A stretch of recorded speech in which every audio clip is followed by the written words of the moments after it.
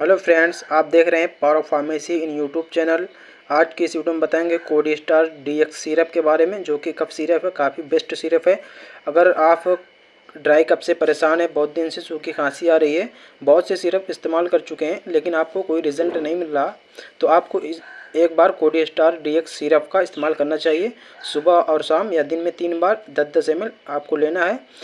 काफ़ी best syrup है। इसको आप 2 दिन में आपको सूखी खांसी से, ड्राई कफ से आपको तुरंत आराम देगा। इसमें जो डाला गया फार्मूला डेक्स्ट्रोमेथोर्फाइन, हाइड्रोब्रोमाइड एंड क्लोरफेनेमिन मैलिएट को रखा गया है। काफ़ी बेस्ट सिरप है एंड शुगर फ्री है। ये मार्केट में 100 रुपये के MRP पे अवेलेबल है। आप एक बार इसका इस्तेमाल कर सकते हैं। और ऐसी ही मेडिसिन की नॉलेज के लिए हमारे चैनल को जरूर सब्सक्राइब करें।